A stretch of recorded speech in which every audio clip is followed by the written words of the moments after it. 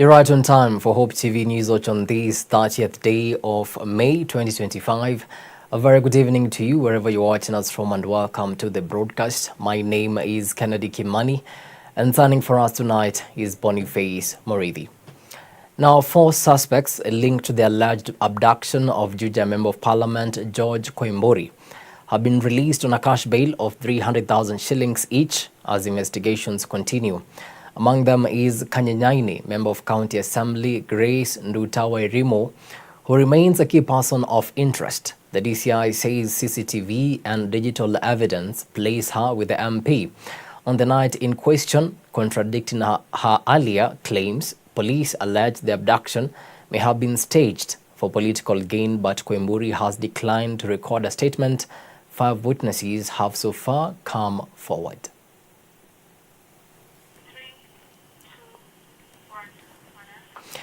Interior Cabinet Secretary Kipchumba Murkomen has urged members of Parliament to tighten laws on enforcement disappearances, citing legal loopholes that allow abuse. Speaking in Naivasha, CS Murkomen warned that fake abductions like the one allegedly staged by Juja MP George Koimburi waste vital security resources and undermine genuine cases. The CS has called for a tougher framework to curb such misuse and uphold public safety. This matter has now escalated to a level where, in the situation we have been handling this week, where a member of parliament is abducting himself. And this is serious because a member of parliament is a person who occupies a very high office. And this comes after we lost another member of parliament who was unfortunately shot, and the case is in court. So when a member of parliament participates in this very comical act of self-abduction, it generally creates despondency among the population. And it also lightens, it makes cheap and lighter a serious subject matter of abduction. Moving on swiftly, and National Assembly Speaker Moses Wetangula has criticized Martha Karua following her deportation from Tanzania, urging leaders and activists to avoid actions that strain regional ties. Speaking in Bungoma during a dormitory handover at Cardinal Otunga Girls High School, Wetangula emphasized the need to preserve cordial relations within the East African community. The East African community is not a community of flags, is not a community of presidents. It's a community of the people of East Africa. Started by our founding fathers, Mzee Kenyatta, Mwalimu Nyerere, na Dr. Milton Obote wa Uganda. I want to urge my fellow Kenyans who have started a bad habit of roaming all over East Africa to go and foment trouble, to go and cause disaffection, to go and appear to know what others they think don't know. You are a lawyer in Kenya. We look at your records, you have never had any distinction as a lawyer in this country. Alafu unakimbia unaenda Tanzania, you want to go and show Tanzania that you are a lawyer. And here in Kenya, nobody even appreciates what you do as a lawyer. Now, the Kenya Medical Practitioners, Pharmacists and the Dentist Union has condemned threats by the Kiambu County government to sack striking doctors, calling the move illegal and unconstitutional. The medics downed their tools on Tuesday over delayed statutory remittances, denied sick leave and stalled promotions, some dating back over a decade. KMPDU says the county's failure to act, despite a 21-day notice, has left doctors facing evictions, lack of medical cover, and financial hardship. The union now warns it could escalate the strike to a national level if Kiambu County does not resolve the crisis swiftly. The notice to Kiambu County government on 5th of May 2025, and up to the time that you were going on strike, we had not had any meetings with the county.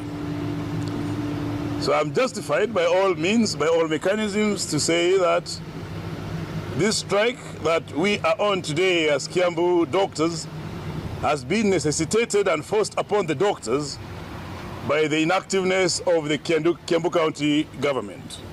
The take home is, if the county dares touch any doctors, we will not leave it for those doctors in Kiambu. We will have it as a national issue.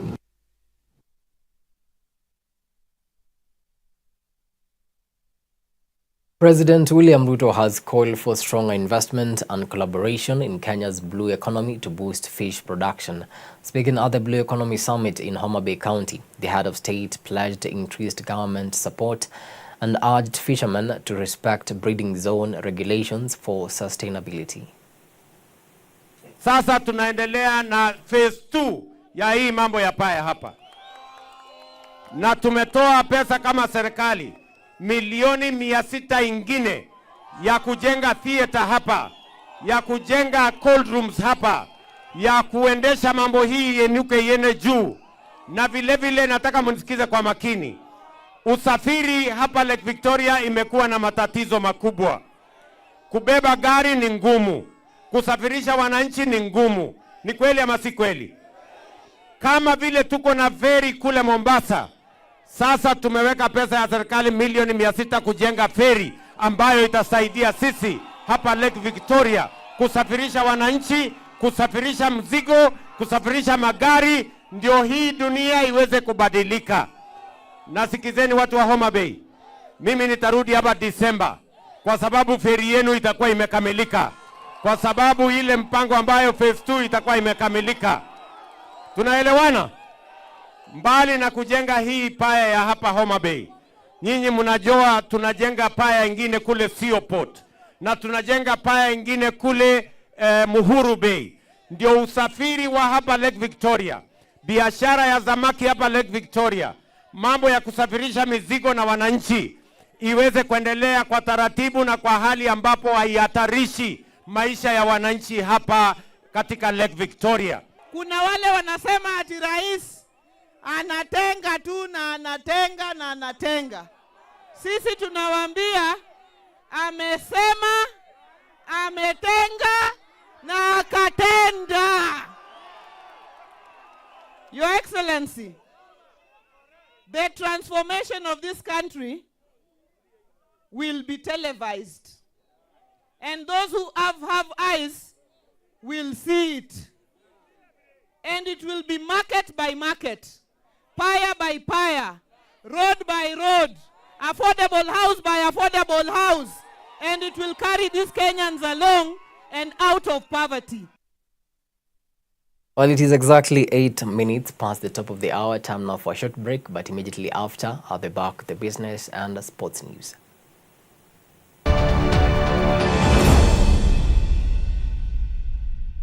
Ni wewe tu bwana, ni wewe tu. They said you must get born again tonight. You must.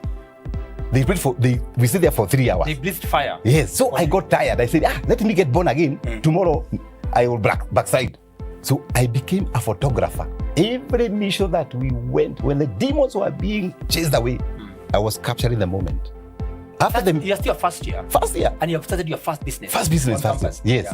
My room was a business center. So now it has become a barber shop. The bed is there. The seat is here. I bought a mirror there. Let me tell you, this time I shaved 10 men. Before Optiven, I had done over 15 businesses that never worked. The first land I bought with the 5 million I had saved was in Syokimau's place called Sabaki. Yeah, I know Sabaki. So I lost the money. The 5 million you had saved, your life savings, went down just like that. I lost it.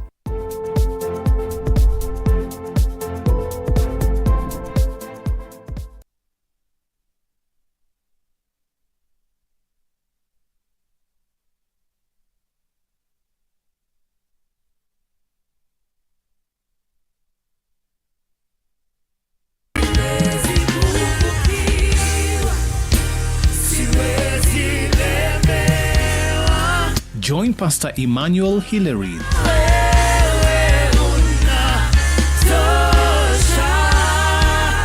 this Sunday for a moment of worship on Ultimate Worship.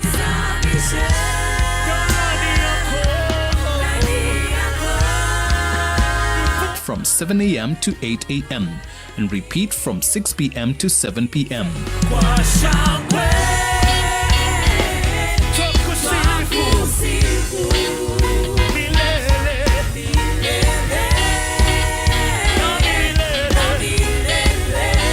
Hope TV, look and live.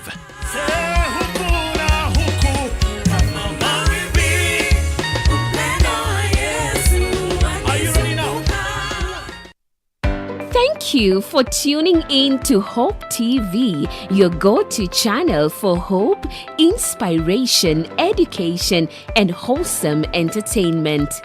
At Hope TV, we are committed to knowing God and making Him known through powerful media content. We truly value you and are dedicated to serving you better. For feedback, inquiries, or complaints, reach out via WhatsApp or SMS on 0708 222 323. Email us at customerexperience@hopefm.org. Hope TV, look and live.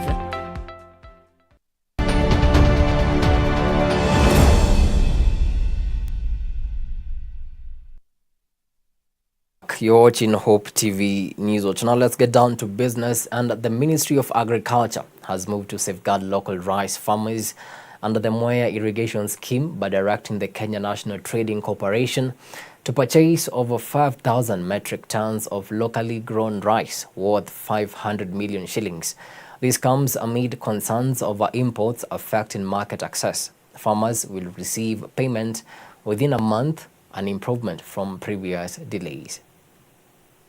We are here to assure our farmers here, and we know that this society has over 8,500 members. We want to assure them that the rice that is available will all be bought by Kenya National Trading Corporation, and that payments will be due as per the agreement with the corporation, and they will be without undue delay, so that farmers get a fair return of their investment. Again, just to assure that the rice that is here does not also compete with the rice that is important, because it caters for a totally different market. Mine is just to encourage farmers to join the circle. We increase our production, and KNTC is assuring them of a market. KNTC picks up this rice and markets it to government institutions. So we are here to assure you that we'll get orders, we'll mill the rice, and we'll offtake it and market it. Our worry or our concern was, like as of now, we were supposed to have paid the farmer by May.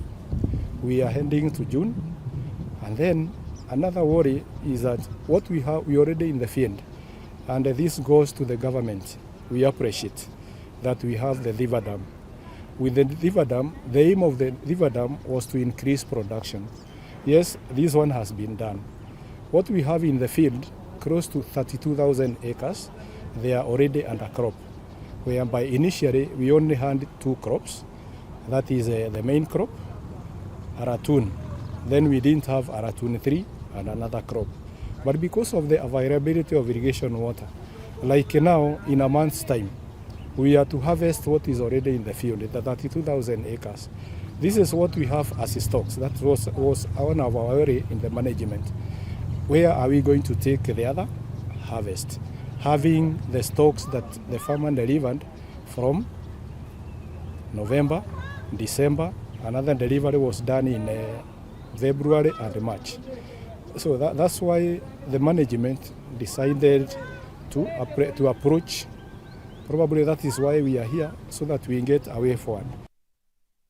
Now, National Assembly Speaker Moses Wetangula has defended the government's decision to lease Nzoia Sugar Company to a private miller, calling it a strategic move to revive the struggling factory. This comes amid opposition from some Western Kenya leaders who have vowed to block the leasing, arguing it threatens the region's economic interest.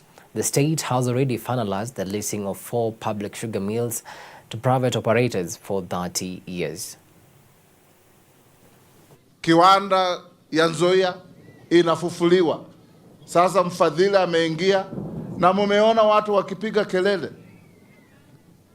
Mtu halimi miwa, mtu hata halimi chochote. Mtu kama Eugene Wamalwa sijawahi kusikia hata amelima njugu. Hakuna. Lakini ako hapa anapiga kelele kweli kweli, watu wasiliboreshe Nzoia. Iko mbunge mwingine alikuwa huko Kandui, shamba yake amelima kahawa na ako 1 kilometer from Nzoia, halimi miwa. Ako hapa anasema Nzoia isiboreshwe. Kuna mwingine huko kwake miwa inalimwa inaenda Mumias, ako hapa anasema Nzoia isiboreshwe. Na sisi tunataka kubadilisha maisha ya wananchi. The government has reaffirmed its commitment to reviving Lake Victoria's fisheries through the ongoing construction of the Kabonyo Regional Fisheries and Aquaculture Training Center in Kisumu County. Currently 30% complete, the $10 million Kenya-Hungary funded facility will produce up to 7 million fingerlings per quarter, including tilapia, catfish, and common carp, to support restocking efforts and local fish farming. It will also house a Nile Perch Innovation Center, an aquaculture resource unit, and Kenya's first fishing school, serving counties across the Lake Region Economic Bloc.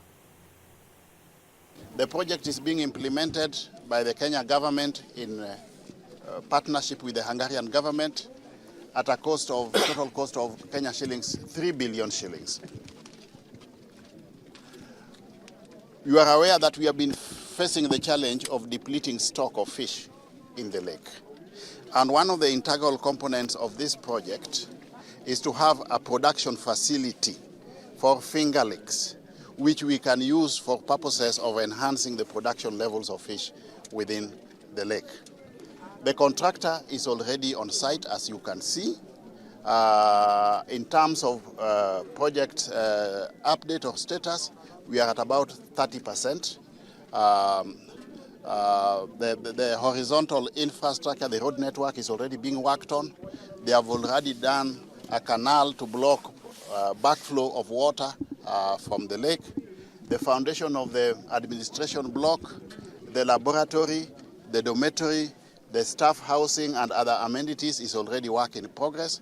And we have appealed to the contractor to up his game. Yeah? We are a bit concerned about the slow pace of the project. We have appealed to the contractor to up his game so that this project can be completed within the stipulated timelines.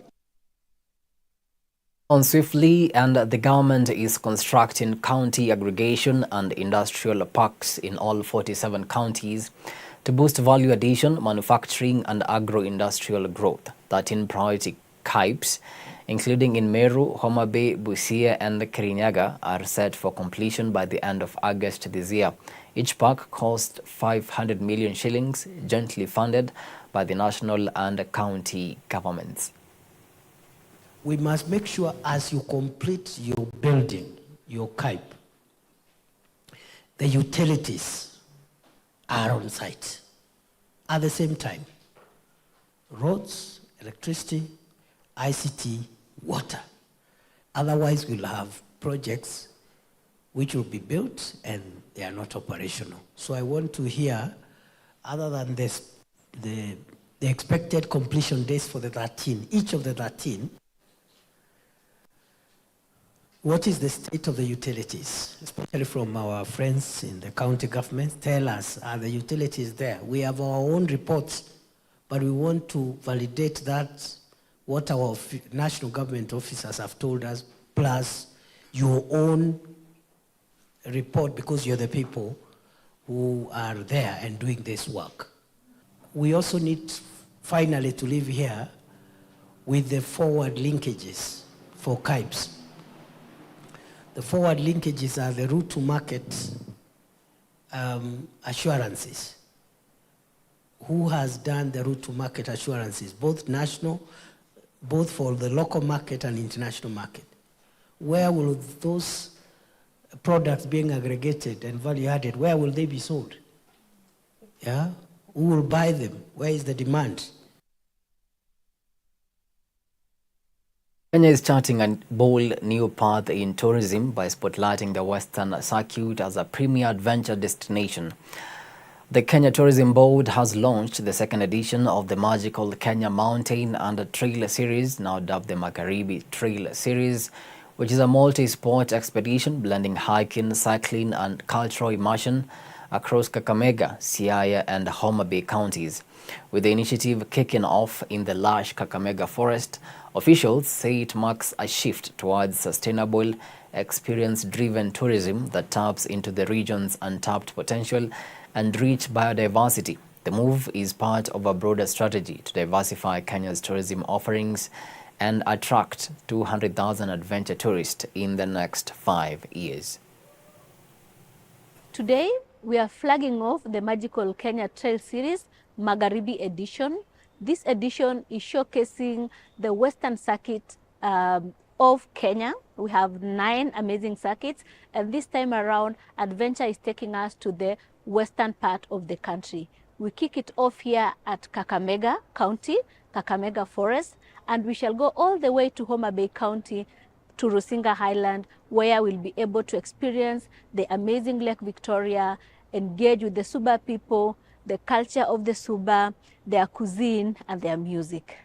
This is part of our product diversification as Kenya Tourism Board, even as we look at providing the market with the new products that the market is calling for. Western Circuit for a long time has been less visited, more especially by our residents and citizens. And this particular activity that is composed of the cyclists that will be moving inside the Kakamega Forest is actually going to open up, or move us right from, wildlife tourism to adventure tourism. And this is purely to see how we can be able even to involve the communities in this particular event.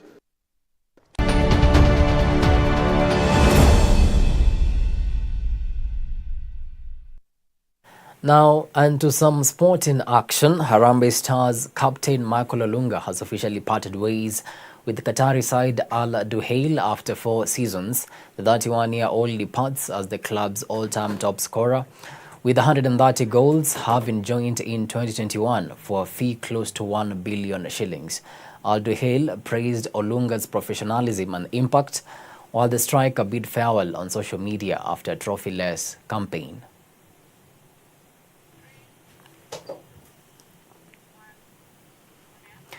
Real Madrid have completed the signing of England international Trent Alexander-Arnold from Liverpool on a contract running until 2031.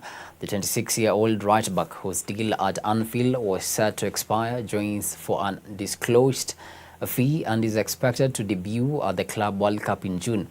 A Premier League and Champions League winner, Alexander-Arnold's exit sparked mixed reactions from Liverpool fans, but he now reunites with former Reds midfielder and new Madrid coach Xabi Alonso at the Santiago Bernabeu.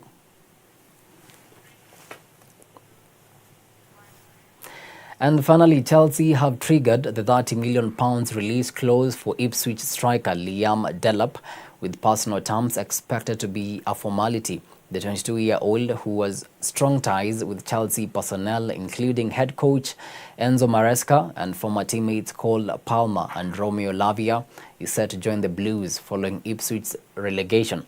Delap was impressed by Chelsea's recent Conference League final win and is drawn by the club's playing style, youthful squad and long-term ambitions.